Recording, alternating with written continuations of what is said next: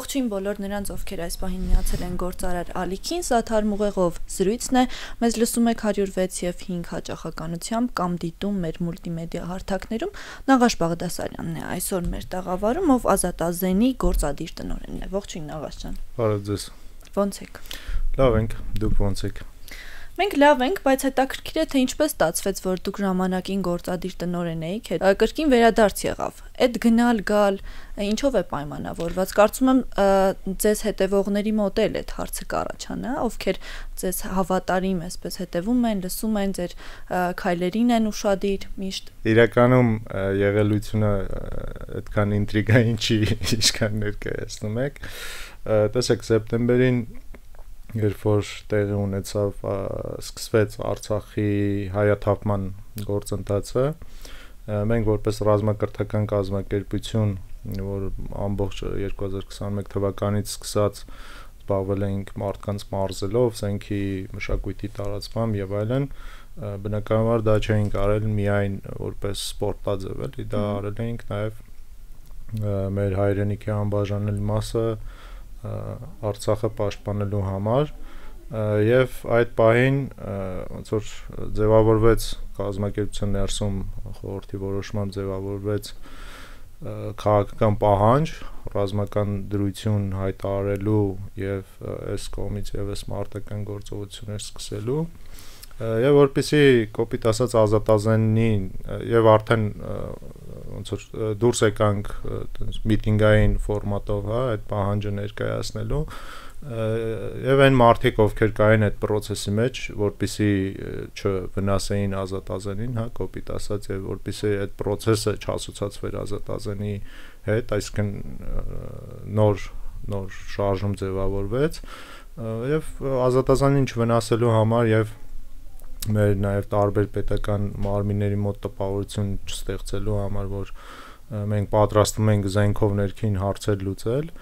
մենք դուրս եկանք Ազատ Ազենին, ոնց խորհրդի մի մասը եւ ես որպես գործադիր տնօրեն եւ սկսեցինք Հայաստանի ինքնիշխանության շարժումը այլ ՌՀԿ-ների նաև ներկայացուցիչների հետ, որը իր process-ը ունեցավ եւ հիմա գտնվում է որոշակի տրանսֆորմացիոն փուլում այդ ժամանակ ոնց որ ճիշտ էր դուրս գալը եւ Ազատ Ազենը կոպիտ ասած որպես գործիք չկիրառել այդ խնդիրները լուծելու համար ամեն դեպքում ճիշտ եմ հասկանում որ սուվերենը որոշ ժամանակ դադարի փուլում է լինելու քանի որ դուք արդեն հետ եք վերադարձել միայն ես եմ վերադարձել եւ ոնց որ նախկինում համադրում էի իմ աշխատանքը Pixar-ում էի աշխատում եւ համադրում էի Ազատ Ազենի գործի հետ հիմա արդեն ոնց որ ամբողջական դրույքով վերադարձել եմ եւ միայն զբաղվելու եմ Ազատ Ազենով մեր մյուս ընկերները շարունակելու են Հայաստանի ինքնիշխանության շարժման գործերով զբաղվել եւ ոնց որ այդ նուրգիցը մենք լավ կարողանում ենք տարանջատել էլի քանի որ մեր ամբողջ խումբը տարբեր գործերով է զբաղվում մենք կարողանում ենք էլի տարանջատել որ կազմակերպությունում ինչով ենք զբաղվում այս փուլում դուրս գալու ընթացքում քանի որ դուրս եկողների մեծ մասը հիմնադիր կազմից էին, հա, այսպես որ ասենք, կազմակերպության ներսում որոշակի ճգնաժամ առաջացավ կառավարման եւ զարգացման, չնայած մեր ընկերները, ովքեր համալրել էին խորհուրդը եւ նոր գործադիր տնօրենը պատվով ոնց որ տարան ճգնաժամից դուրս բերեցին կազմակերպությունը, հիմա ալի խնդիր առաջացավ ոնց որ վերադառնալու կազմակերպությունը նաև այս ստարտափային վիճակից, հա, խառը, որ մեկս ինչ հասցնում անում է, ոնց հասցնում է անում ենք եւ իրական ված չի ստացվում, այս ստարտափային վիճակից գնալ ավելի կազմակերպված, համակարգված աշխատանքի եւ ինքս ոնց որ պատրաստակամ էի դա անելու, դրա համար ես վերադարձա արդեն ամբողջական ժամանակս, որ տրամադրեմ Ազատ Ազենին, էլի Նաղաշ հետաքրքիր է եւ քաղաքական ուղղությամբ եք պայքար տարել եւ ռազմական, որը ձեր հիմնական ուղղությունն էր, որտեղ հիմա կրկին վերադարձել եք ամբողջ դրույքով, այսպես ասեմ, որ ուղղությամբ է այսօր մեզ ավելի շատ պայքար անհրաժեշտ։ Տեսեք, ասել որ քաղաքական պայքար ենք տարել, մի քիչ սխալ կլինի, որտեվ ուղղակի միանգամից մի օր դուրս գալ ասել, որ մենք քաղաքական պայքար ենք տանել եւ դա կլինի քաղաքական պայքար, սխալ է այդ մոտեցումը, որովհետեւ քաղաքական պայքարը դա ենթադրում է որոշակի գիտելիքներ, կարողություններ, կապեր եւ ամենակարևորը քաղաքական մտածողություն, էլի, որ ես դուրս գամ բարձրաձայնեմ, որ քաղաքական պայքար եմ տանում, դա չի նշանակում, որ ես այդ ամբողջը ունեմ։ Հարցը կարևոր հարց է, նախ մենք ոնց որ ռազմականով չենք, ռազմակրթական հասարակական կազմակերպություն ենք, դրանք մի քիչ տարբեր բաներ են, ռազմականը շատ ավելի բարձր, ավելի խորացված գործ է, այո, ավելի խորացված։ Եվ մեր աշխատանքը հիմնականում հասարակության հետ է, բայց վերադառնալով հարցին, որն է ավելի կարևոր հիմա, միանշանակ քաղաքականը։ Այսինքն իմ տեսանկյունից ավելի կարևոր է, որովհետև առկա խնդիրները իմ պատկերացմամբ ունեն քաղաքական լուծում, բայց իմ անելիքը, հա, այդ քաղաքական լուծումների մեջ ոնց որ ես գտա, որ այդքան արդյունավետ չի, այսինքն ես կարող եմ ավելի արդյունավետ լինել ազատազանի գործերում, իսկ մեր մյուս ընկերները ավելի արդյունավետ կարող են լինել քաղաքական գործերում, էլի։ Այս հարցը կարծեմ մենք մի անգամ քննարկել ենք, բայց ես կրկին ուզում եմ վերադառնանք սրան։ Ձեր տեսակետը ո՞րն է։ Պատերազմից հետո որոշումը քաղաքական է լինում, վերջին որոշումը, թե ռազմական։ Այսինքն որ ուղղությունն է որոշողը։ Կախված իրավիճակից, բայց ընդհանրապես պատերազմը ինքը քաղաքական process է։ Կարանք ասենք ռազմաքաղաքական գործողություն է, եւ այդ ֆիզիկական բախումը ինքը այդ տարբեր փուլերի պատերազմի տարբեր փուլերի վերջին արտահայտումն է։ Եթե նախորդ դիվանագիտական, դաշնակցային, աշխարհաքաղաքական, տնտեսական փուլերը երբ որ անցնում է, արդեն դա վերջին ֆիզիկական վերջին փուլն է։ Կարմիր գիծը հատվում է այդտեղ։ Երբ որ հակառակորդը այդ բոլոր փուլերը ինքը հաղթելով գալիս է, արդեն վերջին ֆիզիկական դրսևորումն է, էլի։ Որոշումը, այսինքն կռվելու թե չկռվելու, դա բնականաբար քաղաքական որոշում է։ Բայց այստեղ շատ ավելի խորքային հարցեր կան, էլի, այսինքն միայն քաղաքական որոշումով չի լինում, ռազմաքաղաքական որոշում, դա պետքա պետությունը պետք է կազմակերպի եւ պետությունն է պատերազմողը, ոչ թե միայն բանակը, էլի, այստեղ եւ պետության մեջ տարբեր այցաներում մտնում է եւ ռազմական, եւ քաղաքական, եւ տնտեսական, եւ դիվանագիտական ամբողջ մեքենան է ինքը պատերազմող մեքենան, էլի։ Հետևաբար պատերազմելը դա միայն ռազմականով չի լինում, եթե միայն ռազմականով է լինում, դա արդեն ոնց որ պետության այդ կենտրոնացված կառավարումը ինքը ճաքում է եւ գնում են կամ բանակը կոպիտ ասած վերցնում է քաղաքական իշխանությունը ինքնավորոշումներ կայացնում եւ ինքնավարում պատերազմը արդեն պետության մեքենան կոպիտ ասած քշելով կամ նորմալ ֆիդայական բաներ շարժում ինչ որ հա ֆիդայական շարժում կամ ֆիդայական պայքարի ինչ որ ձև Իսկ պետական ապարատների հետ ազատազեն այսօր ինչ աշխատանքներ է տանում եւ բանակի հետ հատկապես դուք ոնց եք ձեր շփումները կարգավորվում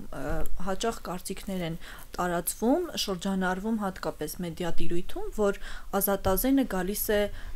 խանգարելու փոխարինելու եւ այլն դրանք շատ հաճախ կարելի է հանդիպել այդ խոսույթներին դուք ինչ պատասխան ունեք այն մարդկանց ովքեր նման մտքեր են այսպես ասած գեներացնում, տարածում եւ առհասարակ ինչ է կատարվում։ Տեսեք, հիմա դրական փորձով վերջին մի քանի ամիսներին աշխատում ենք ներքին գործերի նախարարության հետ, անցկացնում ենք քննությունները, նաեւ պատրաստվում ենք մարզերում անցկացնել տարբեր օրենսդրական բարեփոխումների շուրջ եւ այլն։ Բանակի հետ այստեղ բանակի հետ հասարակական նախ մի քանի մեծ խնդիրներ կան, էլի, հասարակության ընկալումները հասարակական կազմակերպությունների մասին եւ ոչ միայն ազատազենի մասին։ Հա, եւ բանակի այս վիճակը տեսեք նախ պետքա ուղղակի ֆիքսել։ Այն անվտանգային համակարգը, որ կառուցել է Հայաստանի Հանրապետությունը, այս անվտանգային համակարգում ոչ մի հասարակական կազմակերպություն, անկախ իր անդամների քանակից, բյուջեի չափից եւ այլն, ոչ մի հասարակական կազմակերպություն չի կարող փոխարինել բանակին։ Ոչ մի։ Այդ պետքա ֆիքսել։ Ոչ մի, ոչ Ազատազենը, ոչ մյուսները, ոչ մեկ։ Եվ դա հակաբնական ընդհանրապես երևույթ է, երբ որ մարդիկ հասարակական կազմակերպությունները ուզում են համեմատել բանակի հետ։ Մեզ համար, այս ոնց որ դիրքորոշումը ուզում եմ հստակ լինի։ Մեզ համար Հայաստանի Հանրապետության զինված ուժեր ունենալը դա բարձրագույն արժեք է։ Այսինքն, եթե մենք պետքա ընտրենք, ինչ որ ֆորմատում պետքա ընտրենք, արդյոք պետքա լինեն ՌՀԿ-ները, ռազմակրթական հասարակական կազմակերպությունները, թե բանակը, ինչ որ պարագայում ընտրությունը ակնհայտ է։ Դա Հայաստանի Հանրապետության զինված ուժերն է։ Ինչքան էլ որ օրինակ Ազատազենը կոպիտ ասած մեր ստեղծածը լինի, մեր երեխան լինի եւ այլն եւ այլն, բայց աջակցողը լինի այդ ամենին բանակին։ Այո, բայց այստեղ կոմունիկացիոն խնդիրներ կան, նաեւ բանակի հետ, բանակը ինքը միատար չէ, բանակի տարբեր շերտերի, տարբեր պաշտոնների մարդկանց հետ բայց խնդիրները որոնք արկա են, ինչը որ խոսվում է Ազատազենի կամ ՈՄԱ-ի կամ այլ կառույցների մասին, դրանք հետևանք են։ Հետևանք են նրա, որ ստատուս քվոն փոխվել է։ Հայաստանի անվտանգային միջավայրի ստատուս քվոն փոխվել է եւ այդ փոփոխության հետ պետք է հաշվի նստեն բոլորը։ Եվ ՀԿ-ները, եւ ՌՀԿ-ները, եւ բանակը, եւ ընդհանրապես պետական բոլոր ոնց որ ստրուկտուրաները ուժային։ Ինչպես է փոխվել։ Նախ միջ 2016 թվականը եւ 2020 թվականին եղել է մոտեցում, որ կա բանակ, դու որպես քաղաքացի վճարում ես քո հարկերը, գնում ես գործերդ լավ ես անում, բանակը անում է իր գործը, ոստիկանությունը իր եւ այլն։ Անկախ լավից վատից, հա, եւ բանակը որպես փակ կառույց արել է այնպես ինչպես որ արել է, առանց գնահատականներ տալու, հա։ Հետո եկել է 2020 թվականը եւ փոխվել է այդ ստատուս քվոն, որովհետեւ պետությունը դիմել է մոբիլիզացիայի, ծախողել է մոբիլիզացիան, հա, եւ մարդիկ սկսել են հարցեր տալ։ Նախ իրենց, հետո բանակին, հետո պետությանը ու խնդիրները, որոնք արկա են եղել, դրանք արդեն ոնց որ անհնար է եղել չտեսնելը։ Այսինքն այն կոպիտ ասած, հա, այն մոնոպոլիան, որ ուներ պետությունը, հա, անվտանգային միջավայրի պահպանման արտաքին, եթե մենակ բանակի մասին խոսենք, արտաքին, որ բանակն է դա իրականացնում։ Դա ոչ մեկի գործը չի։ Լավն է, վատն է, թերություններ կան, չկան, դա ոչ մեկի գործը չի։ Բանակն է իրականացնում։ 2020 թվականից փոխվել է դա։ Եվ սրա հետ պետքա հաշվի նստեն եւ ՌՀԿ-ները, եւ բանակը։ Եվ էլի ուղղակի նույն բանի վրա բերելը, նույն հարթության վրա բերելը բանակը եւ ռազմակրթական կազմակերպությունը դա շատ սխալ է։ Դրանապես բանը կառուցելը դա շատ լուրջ գործ է, շատ մեծ գործ է, շատ կարեւոր գործ է։ Դրանապես հայ ժողովրդի, ասենք վերջին 600 տարվա ամենամեծ ձեռքբերումն է Հայաստանի Հանրապետության զինված ուժերը, անկախ եղած խնդիրներից, անկախ տարած պարտությունից, էլի։ Եվ ստեղ պետքա ուղղակի Այսինքն դուք, այսպես փաստենք, դուք նոր բանակ չեք ուզում ստեղծել, բացարձակ այդ նպատակը չկա, մարդկանց մոտ հստակ լինի, բայց մի հարց էլ է այստեղ առաջանում։ Ինչու են մարդիկ նման տեսակետներ, այսպես, ինչու են այդպես մտածում։ Արդյոք ինչ որ անգործության ֆոնին է դա տեսանելի դառնում, թե այլ խնդիրներ կան, որովհետև ինչպես ասում են, առանց կրակ ծուխ չի լինում։ Տեսեք, իրականում այդ խնդիրները առաջանում են այս ստատուս քվոյի փոփոխությունը հաշվի չառնելու դեպքում, հա։ Նախ պետքա մենք հասկանանք, որ այստեղ մենք ու դուք չկա։ Մենք մի հայրենիք ունենք եւ ոնց որ կա բանակ կոպիտ ասած, որը ի պաշտոն է իր գործն է պետությունը պաշտպանելը, բնականաբար ամբողջ պետական մեքենայի ներգործությամբ, էլի։ Եվ կա հասարակության մի հատ հատված, որը որ իր ջանքերով, իր ռեսուրսներով ուզում է լավ գործեր անի, ուզում է այդ մեծ գործին մի փոքր ներդրում ունենա ինչ որ մասով, հա, օրինակ հրաձգարանների մասով։ Ու ինչա տեղի ունենում։ Տեղի ունենում են, որ հասարակական կազմակերպությունները, քանի որ փոքր են, ավելի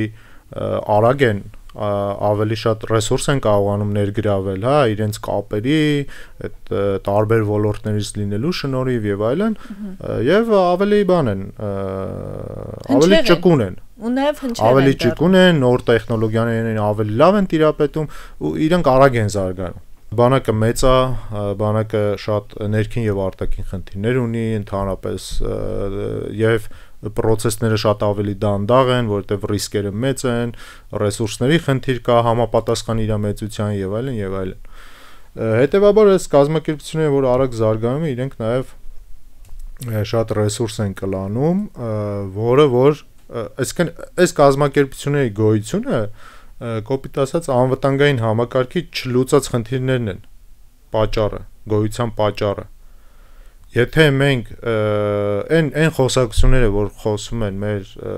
հարգարժան ընկերների կողմից, տարբեր միջանցներում, որ, չգիտեմ, սրանք նոր բանակ են սարքում, սրանք բանակից մարդ են կոպիտ ասած գողանում տանում եւ այլն, դա էլի եմ ասում, կոմունիկացիոն խնդիր է։ Այդպես չի։ Մենք նոր բանակ չենք սարքում, մենք ուզում ենք մեր բանակը լավը լինի։ Իսկն այստեղ մեր ակնկալիքները շատ բարձր են բանակից։ Եվ մենք պատրաստ ենք, որ այն ինչ որ հանրային ռեսուրսը հետևաբար նաև պահանջներն էլ։ Այո, եւ դրանից պետք չի նեղանալ։ Նաեւ տեսեք, ասենք 2020 թվականին մոբիլիզացիան ձախողվել է, տոտալ ձախողվել է, եթե իհարկե եղել է այդպեսին, որ կարող են կոչել մոբիլիզացիա։ Օրինակ կանոնավոր բանակը իր խնդիրը շատ լավ լուծել է մեծամասամբ։ Կանոնավոր բանակը իր խնդիրը լուծել է այնքանով ինչքանով որ կարողացել է, անկախ առկա խնդիրներից էլի եմ ասում, անկախ հագուստի որակից, փամփուշտը ժամանակին հասավ, չհասավ, սնունդը կար, չկար, խրամատները լավ էր փորած թե չէ, այն հարվածը որ ստացել է մեր կանոնավոր բանակը, իր խնդիրը լուծել է։ Եվ շատ լավ է լուծել իր խնդիրը։ Այդտեղ խնդրեմը առաջացել է այն ժամանակ, երբ որ պետք էր բանակը համալրել մոբիլիզացիոն ուժերով եւ կառավարել այդ համալրված ուժերը։ Բայց այս խնդիրները պետքա նախ պետքա հասցեագրել։ Հիմա եթե կոպիտ ասած բանակը չի հասցեագրում կամ հասցեագրում է այնքանով որքանով որ հասցեագրում է, եւ ինչ որ փոքր կտորներ վերցնում են ՌՀԿ-ները, ուզում են հասցեագրեն այդ խնդիրները, այստեղ իմ կարծիքով բանակի անելիքը այդ հնարավորությունը օգտագործելն է, այսինքն վերցնել այդ process-ը եւ կառավարել այդ process-ը։ Որ մոբը այնտեղ չասի դուք ինձ դիտարկում եք որպես միս, բանակն էլ կոպիտ ասած ասի դե դուք էլ բան, ոնց որ երկու հատ դմփուն եք լսում թռնում եք։ Ինքը երկու երես ունի, էլի։ Բայց այդտեղ բանակի գործառույթը նաեւ ոնց որ ոչ թե պետքա բան անել, անդադ վանել այդ կազմակերպություններին, ու ոչ թե անձնային հարաբերությունների մակարդակում, այլ համակարգային, օրենսդրական։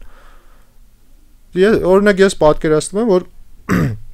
ՌՀԿ-ները կարող են անելիք ունենալ միջև բանակը, այսինքն մարդկանց հետ աշխատանքը, օրինակ զորակոչիկների հետ աշխատանքը, եւ բանակից հետո։ Օրինակ, հա դա քննարկման թեմա է։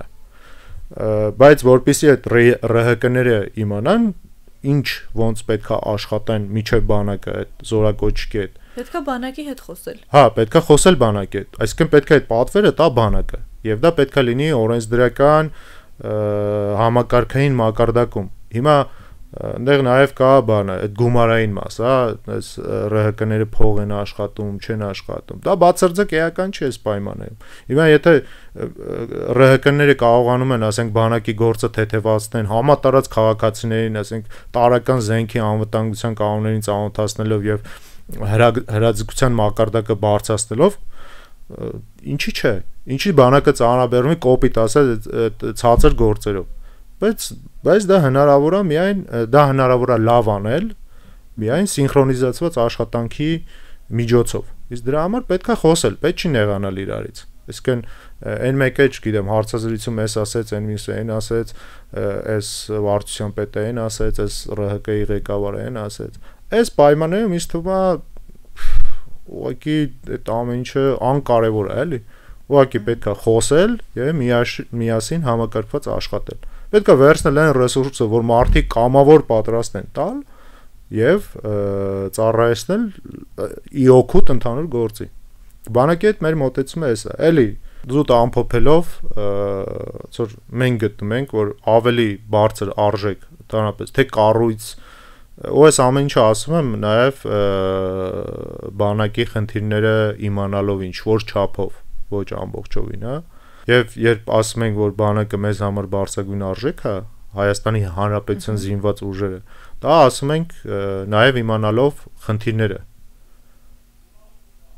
Բայց աշխարհում չկան իդեալական բանակներ, բոլոր բանակները ունեն խնդիրներ։ Եթե կա մարդկանց խումբ, տարբեր կազմակերպություններ, ովքեր պատրաստ են լուծել այդ խնդիրները, պետք է վերցնել ու կառավարել այդ process-ը։ Գանք երևի քննություններին, որոնք այս շրջանում վերջին ժամանակներում ամենաակտիվ շրջանառվող լուրերից են ազատազենի հետ կապված, որ դուք անաչառ քննություններ եք անցկացնում, ներքին գործերի նախարարության հետ եք աշխատում, այդ համագործակցությունը ոնց է ստացվում ու իրենց կողմից արձագանքը ինչպիսին է։ Համագործակցությունը այս փուլում շատ լավ է ստացվում քննությունների հետ կապված, այսինքն մեծամասամբ ոստիկանությունը հաստատել է կարգերը, տվել է կարգերը եւ կազմում է հանձնաժողով, որտեղ կա ոստիկանության ներկայացուցիչը եւ անցկացվում է քննությունը։ Հաշվի առնելով մեր եղած մշակույթը, հա, այդ չգիտեմ, ծանոթով քննություն ստանալ, ծանոթով գրանցվել, բան Իրական բավականին բարդ եւ պատասխանատու process է, որովհետեւ ինչպես տեսաք դուք հանձնապես քննության ժամանակ։ Մենք տեսանք, ես տեսա եւ կտրվեցի քննությունից եւ վստահեցնում եմ, որ որևէ ԽԾԲ այնտեղ չկա։ Այո, այստեղ, հիմնական այդ մշակութային հարցերն են, հա, որ նույնիսկ, չգիտեմ, հերթը առաջ գցելու, չգիտեմ, այնտեղ ծանոթով ստանալու, չստանալու, ոնց որ ուզում եմ էլի հրապարակային ֆիքսենք, որ չկա դες, բան, պետք չի մեր ընկերներին արմիաստ ոնց որ ճնշման տակ պայել, որ իրանք փորձեն իրանք ընկերներին լավություն անեն եւ այլն։ Ոնց որ մենք գտնում ենք, որ Հայաստանի արկա խնդիրների մեծամասնությունը նաև դրա արդյունք են, այդ կոպիտ ասած անընդհատ խցկվելու, անընդհատ հերթը առաջ գցելու, անընդհատ ծանոթին առաջ հրելու, հա, եւ դրա համար ամեն ինչ ոնց որ ամբողջ բոլոր ճիգերը դնում ենք, որ քննությունները մաքուր անցնեն, լավ անցնեն։ Էլի համագործակցության շատ մեծ գործեր կա ներքին գործերի նախարարության հետ կապված, այնտեղ շատ տարբեր թեմաներ, էլի ծավալուն են թեմաները, իրականում հիմա չբացեն։ Կա կառուցողական մթնոլորտ եւ առաջ է շարժվում այդ թեման։ Հույս ունենանք, որ մոտ ժամանակներում բանակի հետ էլ նման նախնական փուլում կհայտնվեք համագործակցության։ Թե ամեն դեպքում նախնական հիմքերը դրված են, մնացածն է մնացել։ Էլի իմ կարծիքով նախ որ անկեղծ ասեմ ինքս բանակի այդ թեմաներով շատ չեմ փոխհարաբերվել, մեր տարբեր ընկերներն են փոխհարաբերվել այդ թեմաներով, այդ ազատազենի խորհրդից եւ այլն, բայց ինքս հիմա պատրաստվում եմ այդ թեմաներին եւս ակտիվ ներգրավել։ Ես լիահույս եմ, որ արկա խնդիրները նույնիսկ եթե ինչ-որ անձնական մակարդակի բաներ կան, նախասիրություններ կան, ես վստահ եմ, որ արկա խնդիրները մեզ պետքա ստիպեն եւ բոլոր կողմերին, հա, ստիպեն ընդունելու, որ ոնց որ դրա ժամանակը չի, պետքա իրար հետ աշխատել, ինտենսիվ աշխատել եւ ամբողջ ջանքը դնել եկող մարտահրավերներին դիմակայելու համար։ Քանի որ մեզ մոտ մի րոպե ժամանակ է մնացել, ավելին մենք սպառել ենք ժամանակը, բայց քանի որ հասցրեցինք ներկայից խոսել ազատազենի, մասամբ նաև ապագայից խոսեցինք, թե ինչ ծրագրեր կան, բայց ավելի այսպես հստակ հասկանանք, թե ինչ եք սպասում մոտ ժամանակներում, ինչ ակնկալիքներ ունի ազատազենը ինքն իրենից։ Ազատազենը էլի այս տարի ոնց որ իմ պատկերացումը որպես գործադիր տնօրեն այն է, որ ազատազենը պետք է դառնա նաև տարածաշրջանային լավագույն կրթական հարթակներից մեկը, Այսինքն իր առաքելության իրականացման շրջանակներում որպես գործիք օգտագործում է զենքի մշակույթը, հրաձգանների ստեղծումը եւ այլն, դա անելու ենք ոնց որ այսպես թե այնպես, շատ ավելի ուժեղացնելու են կրթական բաղադրիչը, շատ ավելի համակարգված բովանդակային են դառնալու եւ ավելի բացվելու ենք, հա, հանրության համար, որպեսզի հասանելի դառնա բոլորին կրթական ծրագրերը։ Դառնով ոնց որ կազմակերպության ներքին զարգացման պլան ունենք, որը պետք է անպայման իրագործենք, որը ենթադրում է նոր աշխատատեղեր, բոլոր ռազմավարական ուղղություններով ինտենսիվ աշխատանք եւ այլն։ Գործ շատ կա անելու։ Շատ լավ։ Ինձ հասկանալի էր, վստահ եմ մեզ լսողներին եւ դիտողներին էլ ձեր խոսքը հասանելի եւ հասկանալի էր։ Շնորհակալ եմ շատ։ Ես եմ շնորհակալ։ Հավելում ունեք։ Այո, պետք է մարզվել, զինվել, ուժեղանալ, որտեվ հետաքրքիր ժամանակներ են սպասվում, ընդհանրապես հետաքրքիր ժամանակներ ենք ապրում, եւ նաեւ պետք է հասկանալ, որ Հայաստանը շատ ավելի վատ վիճակում եղել է, գուցե եւ ավելի վատ վիճակներ լինեն, բայց պետք է ամրագրել, որ պայքարն անվերջ է։